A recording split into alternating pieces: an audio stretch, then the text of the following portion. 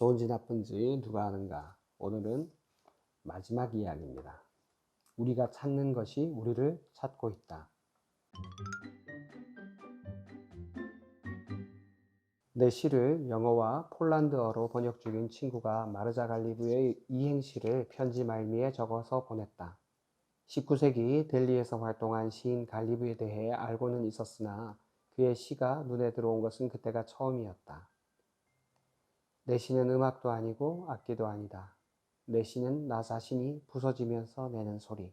짧은 시에 담긴 무언가가 가슴에 와닿았다. 시는 희망과 환희의 노래일 때도 있지만 마음과 존재가 무너지고 부서질 때 내는 소리일 때도 있다. 그 소리가 크면 시를 읽는 우리의 마음도 크게 울린다. 갈리브는 인도 무굴 제국의 마지막 시인으로 주로 우르두어로 시를 써서 역사상 가장 뛰어난 우르두어 시인으로 꼽힌다. 그러고는 한참을 잊고 지냈는데 여행 중에 산 엽서들을 정리하다가 아라베스크 풍의 장식 무늬가 있는 둥근 지붕 위로 비둘기들이 날아오르는 사진 한 장을 발견했다. 그 아래에 이행시가 적혀 있었다. 모든 것 속에 당신이 있으나 그 어떤 것도 당신과 같지 않네. 역시 갈리브의 시였다. 터키석 박힌 대리석 건물이 인상적이어서 산 것인데 갈리브의 시를 그제야 읽게 되었다. 누군가를 사랑할 때면 눈에 보이는 사물과 풍경들이 사랑하는 이를 떠올리게 한다.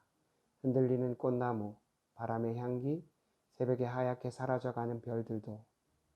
그러나 어떤 것도 사랑하는 이의 부재를 채워주지는 못한다. 사랑하는 이를 대신할 만한 것은 이 세상에 아무것도 없다. 신에 대해서도 마찬가지 일이다. 언제 샀는지도 잘 기억나지 않는 엽서였다. 그로부터 얼마 후 명상 잡지 샴발라선을 넘기던 중 갈리브의 또 다른 이행시가 눈에 들어왔다. 새들을 허공에 날아가게 하라. 너의 새는 돌아올 것이니. 왜 붙잡으려고 하는가? 떠나는 것은 떠나게 하고 끝나는 것은 끝이게 하라.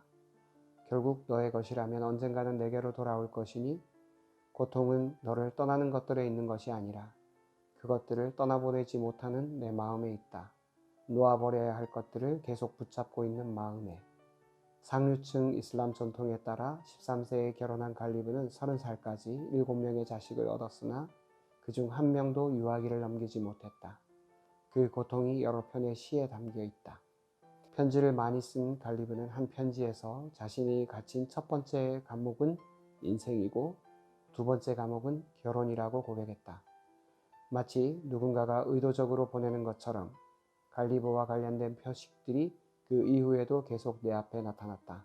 어느 해 여름 무더운 날씨 속에 올드델리의 미로 같은 골목을 걷고 있는데 한 중년 남자가 내게 갈리브 하벨리? 라고 말하며 좁은 골목을 가리켜 보였다. 아무것도 묻지 않았는데 외국 여행자인 내가 그곳을 찾고 있다고 생각한 모양이었다. 골목으로 들어가자 갈리브 하벨리라고 적힌 오래된 건물 앞에서 거린 행색을 한 노인이 반갑게 손을 내밀었다. 노인은 적선을 청하며 노래를 부르기 시작했다. 귀 기울여 듣고 있었더니 지나가던 사람이 뜻을 알려주었다. 손금을 보려고 하지 말라. 손이 없는 자에게도 행운이 찾아올지니. 갈리브 하벨리는 갈리브의 집이라는 뜻으로 시인은 이 집에 살면서 시를 쓰고 그곳에 창문이 있는 방에서 숨을 거뒀다. 벽마다 갈리브의 시가 걸려있고 유품과 두툼한 자필 시집이 전시되어 있었다. 갈리브는 궁정시인으로 활동했으나 왕의 권위에 도전한 죄로 감옥에 갇히기도 했다. 물방울의 기쁨은 바닷속으로 사라지는 것, 고통은 그 한계를 넘을 때 스스로 치료제가 되네. 올드델리를 여러 번 갔었는데도 갈리브 하벨리를 찾아간 것은 그때가 처음이었다. 전에 알지 못했던 것이 이상할 정도였다. 어떤 표식은 그렇게 늘 그 자리에 있지만 우리가 알아차리지 못하고 지나친다. 그러다가 어느 날 그것을 발견하고 놀란다. 우연히 중첩되면 필연이 된다. 내가 알고 지내는 시타르 연주자이자 수피 가수인 수자트 칸이 어느 날 문득 자신이 노래한 1000개의 욕망이라는 곡을 알려주며 들어보라고 했다. 갈리브의 시를 노래로 부른 것이었다. 1000개의 욕망 모두 목숨을 걸 가치가 있으니 그중 많은 것을 이루었으나 난 여전히 더 많은 걸 원하네. 오늘날 갈리브의 시는 전 세계 학자들에 의해 다양하게 해석되고 많은 전통 가수들이 노래로 부르고 있다. 그러나 당시는 그의 시와 행동을 이해하는 사람이 소수였으며 늘 세상의 많은 오해와 비난 속에서 살아야 했다. 그의 시에서 그것이 드러난다. 신이여, 사람들은 내 말을 이해하지 못했으며 앞으로도 이해하지 못할 것입니다. 그들에게 다른 가슴을 주시던지 아니면 차라리 내가 다른 방식으로 말하게 하소서. 그 이후에도 나는 책에서, 대화에서, 게스트하우스 벽에서, 가수들의 노래에서 계속 갈리브의 시를 만났다. 콜카타에서 묵은 호텔은 우연히도 미르자 갈리브 스트리트에 있었다. 30살에 콜카타를 여행한 갈리브가 천국 같은 도시라고 찬사를 남긴 것을 기념해 지은 거리 이름이다.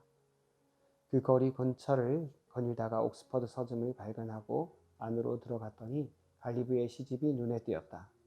내가 전혀 의도하지 않았는데도 마치 나에게 숨은 메시지를 전하는 화살표들처럼 계속해서 미르자 갈리브가 보였다.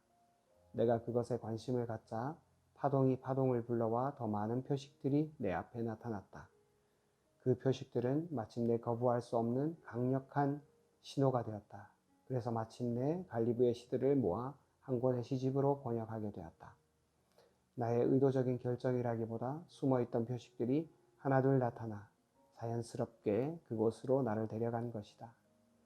꿈에 연속적으로 나타난 보물을 찾아 떠난 코엘료의 소설 연금술사 속 양치기 청년도 여러 번 표식, sign이라는 말을 듣는다. 늙은 왕은 그에게 말한다.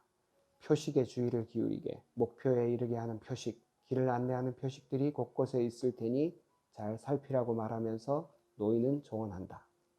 신은 인간들 각자가 따라야 하는 길을 적어주셨어.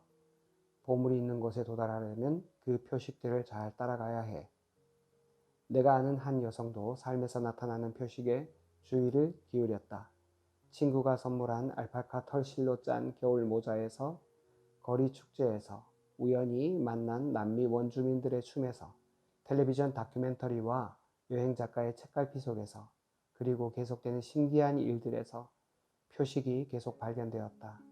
결국 그녀는 직장을 그만두고 페루로 가서 4년을 지냈다. 돌아와서 만난 그녀는 페루 여인으로 변해 있었다. 바라던 인생을 발견한 듯 정신까지 야생의 싱그러움을 드러내고 있었다. 지금도 그녀는 표식들을 따라 신이 적어놓은 자신의 길을 발견해 나가는 중이다. 나는 그 표식을 공개된 비밀, 오픈 시크릿이라고 부른다. 모두에게 공개되어 있으나 아직 그것을 볼 수 없는 사람에게는 비밀인 채로 남아있기 때문이다. 이것이 신이 우리에게 메시지를 보내는 방식이라고 나는 생각한다. 사실 그것은 숨겨져 있지 않다. 단지 우리가 현실 속에서 불필요한 것들에 너무 많이 시선을 빼앗기고 있어서 못 보고 지나치는 것일 뿐. 나를 떠나면서 당신은 세상의 끝날에 우리가 만날 것이라고 말했다. 얼마나 재치 있는 농담인가. 마치 세상의 끝날이 다른 날인 것처럼. 사랑하는 이가 떠나는 날이 곧 세상의 끝날이 아니겠는가? 미르자 갈리브의 시 번역만이 아니다. 내가 삶에서 이룬 대부분의 중요한 일들은 내 앞에 나타난 일련의 표식들로 인해 이루어진 일들이었다.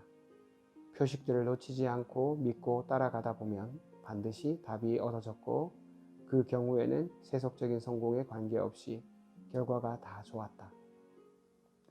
머리로 만들어 놓은 계획이 정작 내가 살아야 할 삶을 방해할 때가 더 많았다.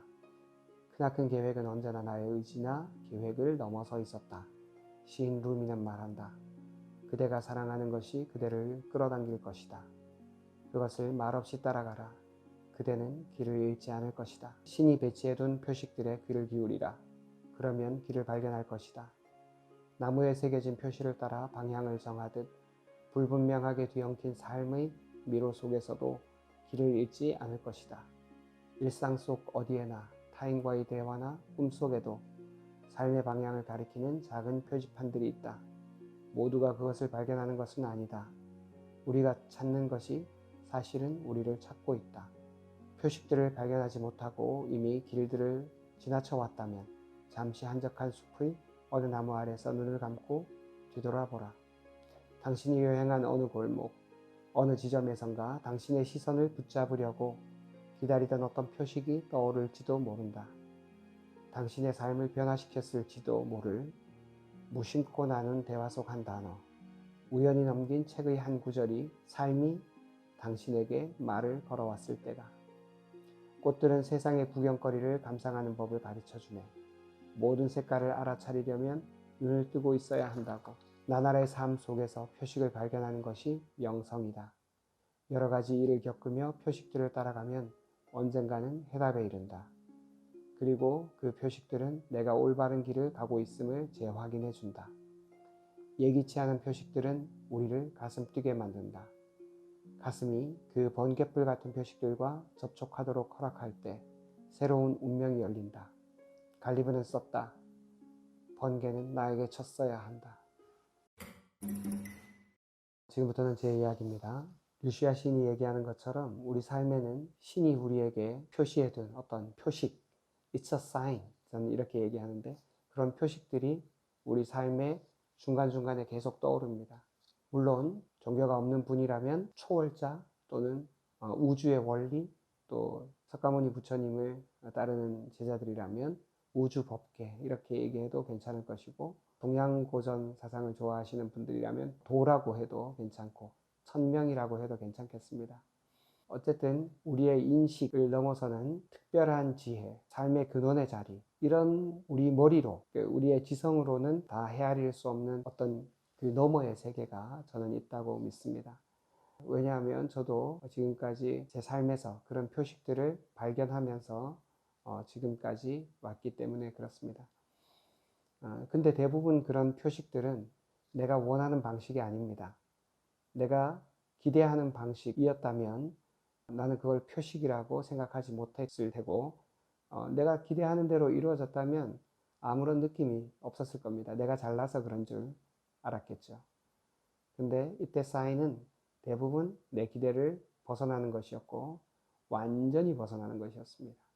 그래서 대부분의 이 사인은 내가 그 당시는 오히려 사인이라고 하지 않고 상처라고 했던 것들입니다.